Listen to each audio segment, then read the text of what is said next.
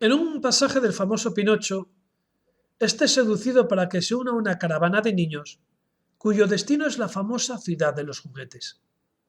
Pero lo que en principio parecía un paraíso, acabó convirtiéndose en infierno. ¿Quieren las élites enviarnos a la ciudad de los juguetes?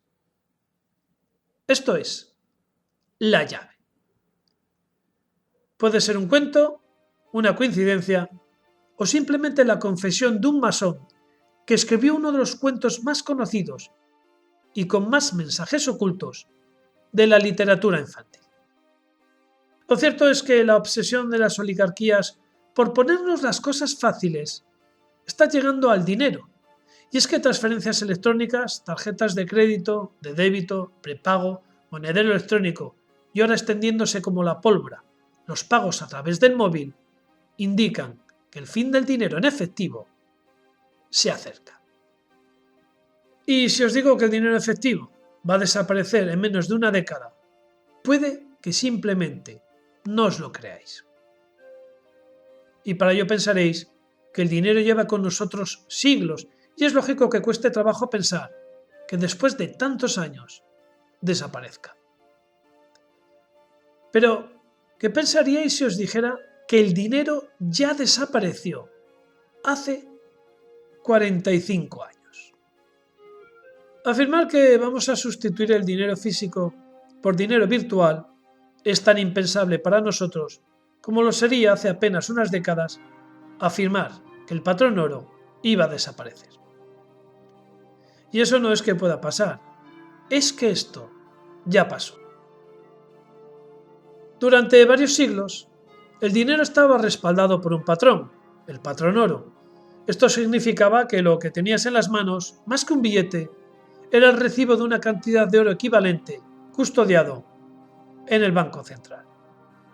Si tenías un billete de $100, lo que tenías realmente era un vale por unos gramos de oro determinados. De hecho, antes los billetes de $100 tenían escrito en el anverso la siguiente leyenda: $100 en oro, a pagar. Es más, en teoría incluso podrías exigir al Banco Central que te canjearan el billete por su correspondiente en oro. Esto no es difícil de entender, es totalmente normal. Cualquier billete que se emita tiene que tener un respaldo detrás. Si tengo en el banco 100 toneladas de oro, emitiré moneda por ese valor en oro. De lo contrario, sin respaldo detrás, sea oro, plata u otro valor, los gobiernos podrían tener la tentación de imprimir dinero sin más, sin respaldo, algo que además de inflación crearía una burbuja comercial que estallaría creando una crisis mundial sin precedentes. Pues bien, ante la mirada atónita de algunos y la ignorancia de la mayoría, la Reserva Federal Americana decide abandonar el patrón oro en 1971, hace 45 años. A partir de ese momento, el dólar americano no se respalda en oro, sino en la confianza de los mercados. Es decir, se sustituye algo tan tangible como el oro por algo tan siniestro como los mercados. Fue el primer paso que se dio para acabar con el dinero. Pero, ¿qué consecuencias tuvo abandonar el patrón oro? Uno de los problemas de no tener patrón oro es que puedes imprimir dinero sin control, lo cual hace que la moneda pierda estabilidad, teniendo como consecuencia uno de los mayores generadores de pobreza y desigualdad. Me estoy refiriendo a la inflación. Y eso es algo que no tardó en suceder. No habían pasado ni siquiera 2 años del abandono del patrón oro cuando surgió una de las mayores crisis económicas conocidas, la famosa crisis del 73. Como consecuencia de la guerra del Yom Kippur, los países árabes de la OPEP decidieron como represalia no vender petróleo a los países que apoyaron a Israel en dicha guerra. Esto generó una lógica inflación que, de haber tenido detrás el respaldo del patrón oro, se hubiera mantenido en unos límites razonables. Pero ante la ausencia de dicho patrón, la subida de precios se descontroló y afectó no solo a los países que habían sido castigados por apoyar a Yom Kippur, sino a la práctica totalidad de la población mundial. Pero ese no es el único problema que genera la eliminación del patrón oro. Esa decisión tuvo consecuencias más graves, consecuencias que estamos pagando a día de hoy. Si un país puede emitir moneda en función no del oro que tenga en sus bodegas, sino de su credibilidad, estaremos enterrando la economía productiva y dando paso a la economía especulativa. En la economía productiva lo que vale es el oro, la plata, la materia prima, todo lo que seas capaz de generar, acumular o de conseguir a través de intercambios comerciales. Es tan fácil como cambiar automóviles por oro, tecnología por oro u oro por petróleo. Pero en economía especulativa lo importante no es el oro que puedas tener, sino la reputación. Reputación que depende de la calificación de tu economía por parte de organismos oficiales, muchos de ellos dependientes y controlados por grandes familias de banqueros. Antes, si un país tenía 1000 toneladas de oro, pues es lo que tenía, es el dinero que podía imprimir. Ahora da igual que tengas 100.000, 1000 o 10 kilos. Aquí lo que vale es lo que digan las agencias de calificación. Un arma capaz de tumbar un país entero.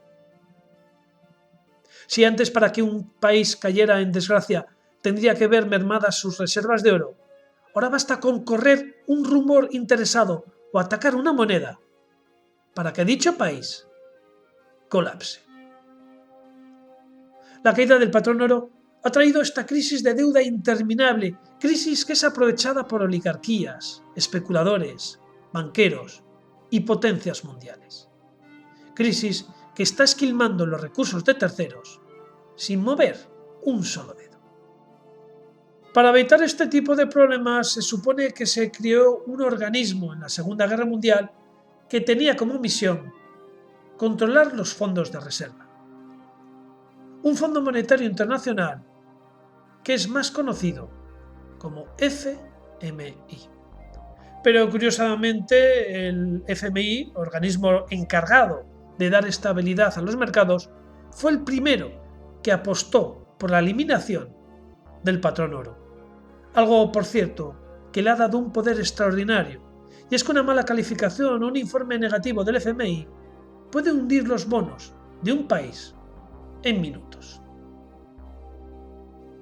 Como podéis comprender a estas alturas, que el dinero físico desaparezca y que solo se pueda pagar con dispositivos electrónicos es, a ojos de las oligarquías, es un cambio nimio si lo comparamos con el hecho de convertir de un plumazo el dinero real en dinero especulativo. Algo que se hizo hace exactamente 45 años. Y de la misma forma que en aquella nadie protestó, nadie dijo nada, no creo que ahora nadie lo haga. Pero, ¿por qué quitar el dinero físico? ¿Qué se persigue? El dinero efectivo es el último reducto de la economía de trueque o economía productiva. Y sobre todo, de algo fundamental, nuestra individualidad. En el momento en que el dinero en efectivo se acabe, no daremos ni un solo paso sin que el gran hermano se entere. Sabrán lo que compramos, dónde lo hacemos, a qué hora, en qué lo gastamos, en qué lugar. Sabrán todo de nosotros. Todo, si es que aún no lo saben. No tendremos armas con las que huir de la especulación. Estaremos a su merced. Una masa monetaria virtual es tan fácil de manipular como diseñando un logaritmo que redondee decimales en un sentido u otro, según convenga. La economía de subsistencia desaparecerá. Solo podemos trabajar para grandes corporaciones, ya que autónomos y pequeña empresa acabarán desapareciendo. Las comisiones bancarias, sin la competencia del dinero en efectivo, crecerán de forma arbitraria y tendremos una doble tributación. Pagaremos impuestos no solo al Estado, sino a la banca. Y lo haremos porque no podremos vivir sin ellos, sin dinero en efectivo, todo, absolutamente todo, pasa necesariamente bajo el control bancario. Y si quieres abrir una cuenta en el banco, tendrás que solicitarlo bajo unas condiciones draconianas. Y como no tengas cuenta en el banco, no existirás. Es como no tener DNI o pasaporte. En el momento que el dinero físico acabe como acabó el patrón oro, no podremos acumular reservas de dinero en casa. Estaremos 100% a la merced del banco. En casos de crisis de devaluación, corralito o desfalco, no podremos defendernos. Ya no habrá colas en los cajeros automáticos para sacar algo de dinero, porque estos habrán desaparecido, como están desapareciendo las cabinas telefónicas. Y es que ni siquiera podremos recurrir a pedir en la calle, porque el dinero no existirá. Sin dinero en nuestros bolsillos, estaremos cada vez más cerca de una sociedad orwelliana. Y como es habitual, cada vez que nos dan una vuelta de tuerca, esta es vendida como algo positivo, algo que se nos hace para ponernos la vida más fácil. Hay que ser más cómodos. Vamos a vivir mejor. Para terminar, ya que una vez más nos vienen con el cuento de que todo esto es para ponernos la vida más fácil, os voy a contar otro. Pero este cuento es de mi cosecha y explica claramente de dónde venimos y a dónde nos quiere llevar la banca. Hace tiempo, unos súbditos de un reino tenían una hermosa y sabrosa tarta, y un avispado oligarca que vio la tarta les dijo: «Oye, ¿qué hacéis con la tarta? ¿No veis que se puede estropear así al aire? Os la van a robar. ¿Por qué no me dais la tarta y yo os la guardo? Cuando alguno de vosotros quiera comer, me lo decís y yo le doy vuestro trozo. Y ya que os guardo la tarta y evito que la roben, me quedo con una pequeña porción. Si la tarta da para 8 trozos, corto 8 trozos y los reparto. Uno para mí y el resto para vosotros». Ese era el sistema monetario tradicional, donde la moneda tenía valor en sí mismo, ya que éstas eran fabricadas de oro, plata o algún metal preciado. Pero llegado el siglo XIX, los que guardaban y repartían la tarta dijeron: «Oye, mejor guardo la tarta en la nevera y os doy un vale, así dura más. Si hay 8 trozos de tarta, hago 8 vales, uno por cada trozo, y os doy vuestro papel correspondiente. Así que no perdáis ese vale, porque es vuestro trozo de tarta». Y aquellos pobres súbditos cambiaron su trozo de tarta por un papel. Pero en 1971, los que guardaban la tarta les entró la gula y no resistieron a la tentación de comerse más trozos de los que les correspondían. Pero claro, podrían darse cuenta. Así que pensando, dijeron: «Hay que evitar que vean la tarta». Si alguno quería ver su trozo, para ver que seguía en su sitio, los que custodiaban la tarta respondían: «Oye, yo no he tocado tu tarta. Que sepas que soy de fiar, y si no, se lo preguntas al pastelero». El pastelero, en teoría, tenía que abrir de vez en cuando la nevera para comprobar que la tarta seguía allí. Pero los que guardaban la tarta le dijeron al pastelero: «Mira, no hace falta que mires la tarta, hay mucha. Es más, vamos a darte un trozo a ti porque nos sobra». Los controles de la tarta empezaron a fallar. Como la tarta seguía escondida y nadie sabía cuánto había realmente de tarta, los poderosos seguían comiendo y comiendo, sin control, hasta que el día llegó en el que se acabó la tarta. Lejos de reconocer que ya no había tarta, estos golosos guardianes seguían dando vales a diestro y siniestro. Un día corrió el rumor en el reino de que ya no había tarta, y la gente empezó a ponerse nerviosa, por lo que pastelero, repartidor y guardián de la tarta se reunieron en un pequeño hotelito del reino de Bilderberg y dijeron: «Oye, cuando se enteren que se han comido la tarta, nos van a matar. Aquí hay que hacer algo». Pensaron y llegaron a la conclusión que había que quitarles los vales. Si no hay vales, no puedes exigir la tarta. Así que decidieron cambiarles el papel por un papel virtual. Así, al final, el vale estaría en sus manos. Así que se pusieron en marcha.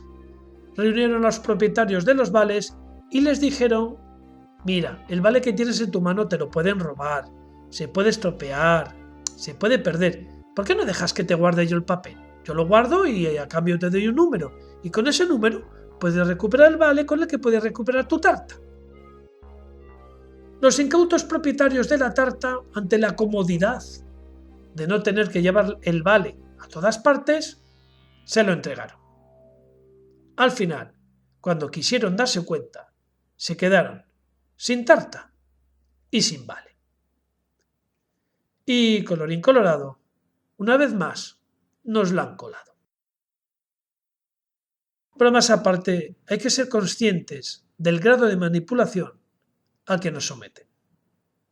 Nos cambian la comida tradicional por ese pienso para humanos al que llaman comida precocinada. Y lo hacen para que no tengamos que fatigarnos en la cocina. Nos recortan derechos y libertades por nuestra seguridad, para que no nos preocupemos. Nos imponen las redes sociales para que tengamos los contactos en casa y no tener que salir a la calle a buscar amigos. Y ahora pretenden quitarnos el dinero en efectivo para hacernos la vida más fácil, más cómoda. Yo me pregunto, ¿a quiénes quieren poner la vida más fácil? ¿A nosotros o a ellos? Espero que tengáis estas reflexiones en cuenta y os animo a que os suscribáis aquí, a La Llave.